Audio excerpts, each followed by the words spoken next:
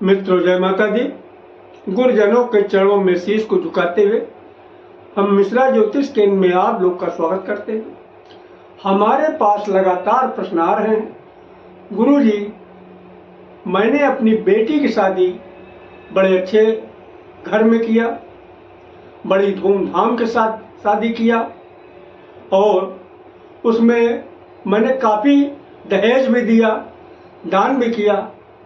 गुरुजी, अभी शादी के 6 महीने भी नहीं हुए, हमारी बेटी के ससुराल वालों ने बेटी को डिवोर्स दे दिया।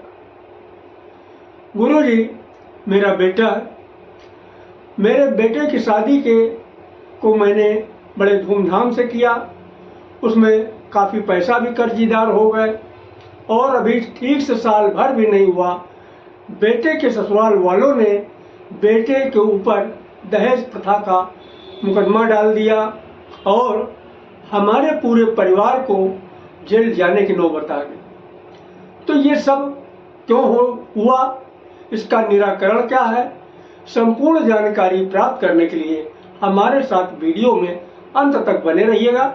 अभी तक आपने हमारा चैनल सब्सक्राइब नहीं किया है तो प्लीज़ वीडियो शुरू करने के पहले मिश्रा ज्योतिष केंद्र को सब्सक्राइब अवश्य कर लीजिएगा और बेल आइकन की घंटी बजा दीजिए, क्योंकि आपका एक सब्सक्राइब हमारे लिए महत्वपूर्ण है। देखो, होता ये है कि शादी की प्रथम स्टार्टिंग जो होती है अष्टकूट मिलान से होती है, यानी कुंडली मिलान से होती है। और हम लोग जनरली करते क्या है, सॉफ्टवेयर में जो है तमाम जो है एप्लीकेशन होते हैं, उन एप्लीकेशन में लड़की लड़के के डेट ऑफ बर्थ निकाली और उसमें से खुल के जो कुंडली मिलान आ गया उसी को हम सही मान लेते हैं। एक्चुअली ऐसा है नहीं। देखिए, जो कंप्यूटर है, सॉफ्टवेयर है, जो एप्लीकेशंस हैं, ये जो है सही गणना नहीं दे पाते और जो गणना उन्होंने दिया उसी गणना को हम मान लेते हैं, जिसका कि रिजल्ट ये होता है कि हम और हमारा पूरा परिवार यानी परेशान हो जाते हैं। तो आप जब भी कुंडली मिलान कराइएगा तो मैनुअली कराइएगा। मैनुअली में सारा सब कुछ क्लियर निकल आता है। मैनुअली में अष्टकूट मिलान में सभी चीज़ें जानकारी हो जाती है, जैसे कि लड़की लड़के की मानसिक स्तर क्या है, उनका अट्रैक्शन क्या है, उनके भाग्य कब चमकेंगे, वैवाहिक स्थिति क्या है, ये सब सारी जानकारी हो जाती है ये अष्टकूट कुंडली मिलान की वजह से। लेकिन ये कब होगा, जब आप मैनुअली कुंडली मिलान कराएंगे। और अगर कंप्यूटर वाले में फंस गए तो आधा अधूरी बात देगा, जिसका परिणाम स्वरूप आपको आगे परेशानी ही परेशानी दिखाई देगी, जैसे कि समाज में दिख रही है। अब इसको कैसे मिलान करते हैं, इसकी तरफ आप गौर करिएगा। भले ही आपको जो है ज्योतिष की ABCD भी नहीं मालूम है, लेकिन हम आपको इतने सरल ढंग से बता रहे हैं ताकि आपको सब कुछ जानकारी हो जाए। देखिए, अष्टकूट मिलान में इसका नाम अष्टकूट मिलान क्यों पड़ा। ये कुंडली मिलान में 8 चीज़ों का मिलान किया जाता है। ये देखिए, ऊपर से लेके 8 तक गिनती, ठीक है। इसमें वर्ण देखा जाता है, वर्ष देखा जाता है, तारा देखा जाता है, योनि देखी जाती है, मैत्री देखी जाती है, गण देखा जाता है, भकूट देखा जाता है, नाड़ी देखी जाती है। और इनके अपने अपने अंक हैं।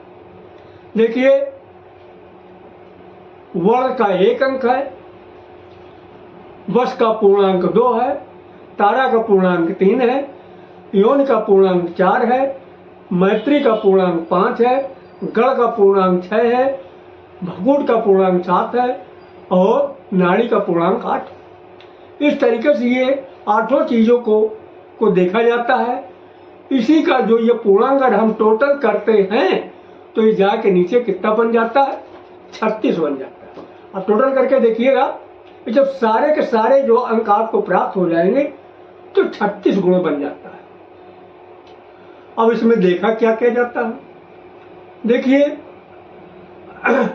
अब हमने मान लीजिए इसको देख लिया, लेकिन अब हमारी कुंडली में सप्तम स्थान जो है विवाह का स्थान होता है, सप्तम स्थान पे पापक ग्रह बैठे हुए, राहु केतु बैठे हुए, या फिर कोई अलगाववादी ग्रह बैठा हुआ, तो वो जो दाम्पत्य जीवन में बहुत ही जो है गड़बड़ी पैदा कर देगा। या संतान स्थान पे कोई पापक ग्रह बैठा है तो संतान सुख में कमी कर देगा। तो ये जो है कंप्यूटर पे या जो गजट पे ये चीजें नहीं निकल पाती, इसीलिए आप जो है मैनुअली अष्टकूट मिलान कराइए, कुंडली मिलान कराइए। अब हम आगे बताते हैं क्या क्या देखा जाता है। देखिए वर्ण में क्या क्या चीज देखी जाती है।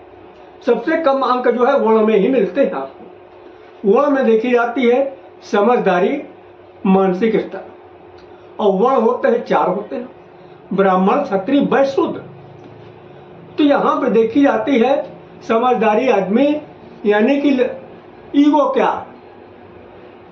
भाई, लड़की लड़के के बीच में ईगो तो नहीं है। मान लीजिएगा अगर लड़की ब्राह्मण वर्ण की हुई और लड़का भी ब्राह्मण वर्ण का हुआ तो ईगो नहीं होगा। और अगर कहीं इसका उल्टा हो गया, लड़का शूद्र वर्ण का हुआ, लड़की ब्राह्मण वर्ण की हुई, तो यहाँ ईगो हो जाएगा। और ईगो में जो है हर काम बिगड़ जाता है। तो यहाँ पे वर्ण से ये देखा जाता है कि ईगो तो लड़के लड़के में किसी में नहीं, या तो समकक्ष हो या फिर लड़की जो है छोटे वर्ण की। अब दूसरी चीज वर्ष देखा जाता है। वर्ष में नंबर 2 यानी 2 नंबर का जो है वर्ष होता है। वर्ष में देखा जाता है अट्रैक्शन, आकर्षण, लड़की लड़के की तरफ कितना अट्रैक्ट रहेगा, लड़की लड़के की तरफ कितना अट्रैक्ट रहेगी, लड़की लड़के की तरफ, यानी दोनों दूसरे तरफ कितना अट्रैक्शन होगा, दोनों एक दूसरे कितना कंट्रोल करेंगे, ये जो है वर्ष से देखा जाता है। तारा जिसे हम लोग बोलते हैं नक्षत्र, नक्षत्र से देखा जाता दोनों कितना रिस्पेक्ट करेंगे एक दूसरे का, और विवाह के बाद में इनका भाग्य चमकेगा, कितना चमकेगा, ये जो है नक्षत्र से देखा जाता है। और दोनों अपने रिश्तों को चलाने के लिए कितना प्रयास करेंगे, ये चीज देखी जाती है तारा से। अब यौन पे आ जाइए, इनमें वैवाहिक सुख देखा जाता है, यानी सेक्सुअल कैपेसिटी कितनी किसके अंदर होगी, तो ये यौन से देखा जाता है। शारीरिक क्षमता यानी सेक्सुअल के मामले की बात मैं कर रहा हूँ। अगर दोनों में समानता है तो गाड़ी चलेगी, या थोड़ा बहुत अगर वो अप डाउन तो गाड़ी चलेगी, अगर ज्यादा अप डाउन है तो यहाँ भी मामला गड़बड़ हो जाता है। अब मैत्री आ गई। मैत्री में विचार देखा जाता है, विचार दोनों को मिल रहे हैं। अगर विचारों में मतभेद है तो नहीं ठीक है, यानी जब विचार एक होंगे तभी प्यार होगा। यानी मैत्री में देखा जाए कितना दोनों में प्यार रहेगा, कितने विचार एक दूसरे के मिलेंगे। और गण देखा जाता है, गण 3 होते हैं, देवगण, राक्षसगण और मनुष्यगण। तो गण में जो है दोनों का स्वभाव देखा, दोनों का नेचर देखा जाता है। नेचर क्या है, सामाजिक स्तर क्या है, इनका बौद्धिक स्तर क्या है, भावनात्मक स्तर क्या है। ऐसा तो नहीं एक चिड़चिड़ा जाता है, एक बहुत शांत है। तो दोनों का अगर जो है बौद्धिक स्तर बराबर तो गाड़ी चलती है, और अगर थोड़ा अप डाउन तो भी गाड़ी चल जाए घसीट के। लेकिन अगर दोनों बिल्कुल विपरीत है तो गाड़ी यहीं फंस जाएगी। तो इसीलिए देखते हैं दोनों का जो है गण एक होना चाहिए। ऐसा ना हो एक का राक्षस गण हो और एक का देवगण हो तो गाड़ी बिल्कुल नहीं चलेगी। तो अब आप जाइए भकूड़ पे। भकूड़ में देखा जाता है आर्थिक स्तर।